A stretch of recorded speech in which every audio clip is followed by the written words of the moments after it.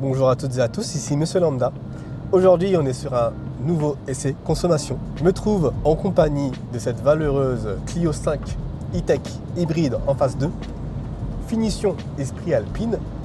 Ça m'a été demandé en commentaire, ça m'a été aussi demandé sur les réseaux sociaux. On est déjà sur la route pour aller mesurer les consommations de ce véhicule. Concernant la motorisation, du coup je l'ai dit, on est en motorisation full hybride E-Tech de 145 chevaux. On va voir ce que ça donne sur autoroute dans un premier temps, même si c'est pas là où elle va beaucoup s'amuser. Ensuite de la départementale sur 50 km comme d'habitude, et on va terminer par de la ville.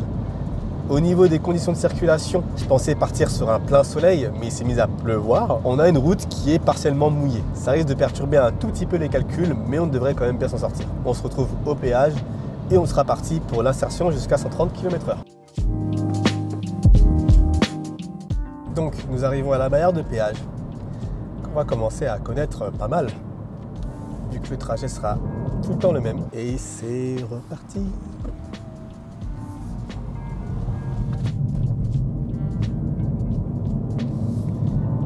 Là, je suis à fond.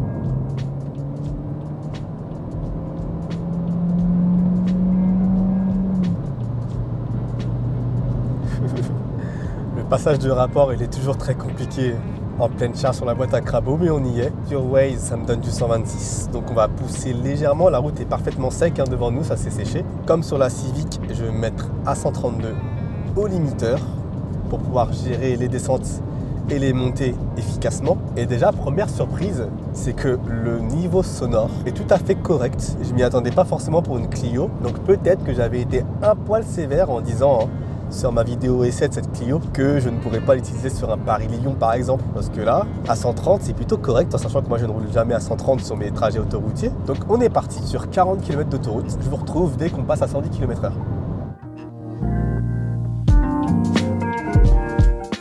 Donc, on a parcouru la moitié du trajet sur l'autoroute, donc là on est en train de repasser à 110 km/h.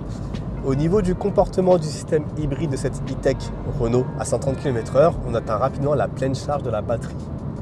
Donc, c'est simplement le moteur thermique qui entraînait les roues. Dans cette situation-là, la conso moyenne affichée à l'ordinateur de bord, elle oscillait entre 6 et 6,2 litres au 100. C'est plutôt correct. Donc on est passé à 110 et directement j'ai eu une phase de roulage en 100% électrique. On sort de l'autoroute dans une dizaine de minutes et on fera le premier point au niveau du péage. Et donc c'est fini pour cette portion d'autoroute. Nous avons parcouru 38,5 km sur voie rapide, la moitié à 130 et une autre moitié à 110. La moyenne à l'ordinateur de bord s'élève à 5,8 litres au 100. Donc je vais prendre mon petit carnet et je vais me noter cette mesure-là. Et on va enchaîner directement sur le passage en national. Vous allez connaître ces environnements par cœur, mais c'est pour la science.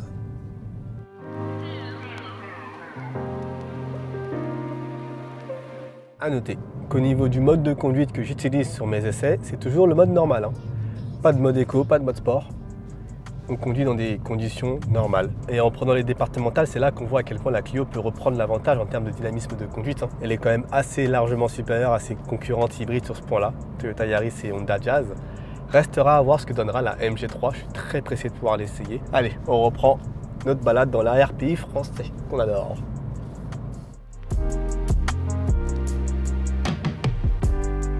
Et c'est l'heure de l'arrivée à Nangis, ou Nangis, je sais toujours pas. Et pour l'instant, la Clio me gratifie d'un joli 3,8 litres au 100 sur ma portion de départementale.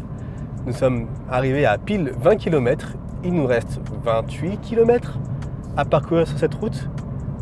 Curieux de voir ce que ça va donner en arrivant en ville. Et là, c'est plutôt pas mal pour le coup. Mais ça va se gâter devant nous. Là, je le vois, j'ai un mur de pluie qui est en train de s'annoncer. On arrive droit dans une perturbation assez sévère. Ça se verra pas à la caméra, certainement pas. Mais en tout cas, en face de moi, je vois vraiment la pluie qui est en train de tomber. Je vais essayer de vous capter cette transition. On arrivera dans la pluie. Voilà, on y est. Là, il pleut. On va réduire légèrement la vitesse. On va passer à 80 km/h sur les portions qui sont limitées à 90. J'ai le mur de pluie qui arrive devant moi. Wow, même sur la route, on le distingue. Et voilà. Là, c'était niveau bienvenue chez les ch'tis. Je vous l'assure, on a vraiment eu un mur de pluie. En attendant, on reste prudent et safe.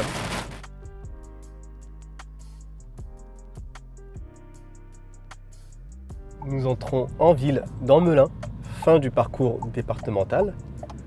Nous avons parcouru exactement 45 km pour une moyenne affichée à l'ordinateur de bord de 4,1 litres au 100. C'est correct, mais c'est plus que la Civic d'il y a 2 semaines. Et on est parti pour le trajet en ville. On va donc traverser les villes de Melun, Versenny, Cesson, Savigny-le-Temple et un petit peu de Lieusaint avant d'aller en station-service calculer la moyenne réelle. Normalement, c'est là que la Clio devrait s'en sortir le mieux. À suivre.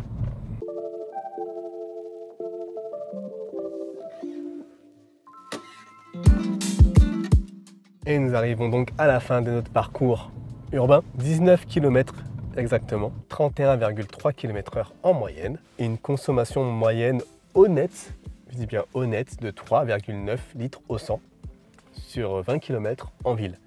Je dis honnête parce que la Civic avait fait mieux lors de cet exercice-là. Ce qui nous donne en moyenne, calculé à l'ordinateur de bord, si on prend en compte le carburant consommé sur chaque phase, 4,67 pour être plus précis, litres au 100. Et c'est une très belle moyenne, mais il n'y a qu'une seule vérité, c'est celle de la pompe. Elle est juste à côté, donc on va vérifier ce que ça donne en réel.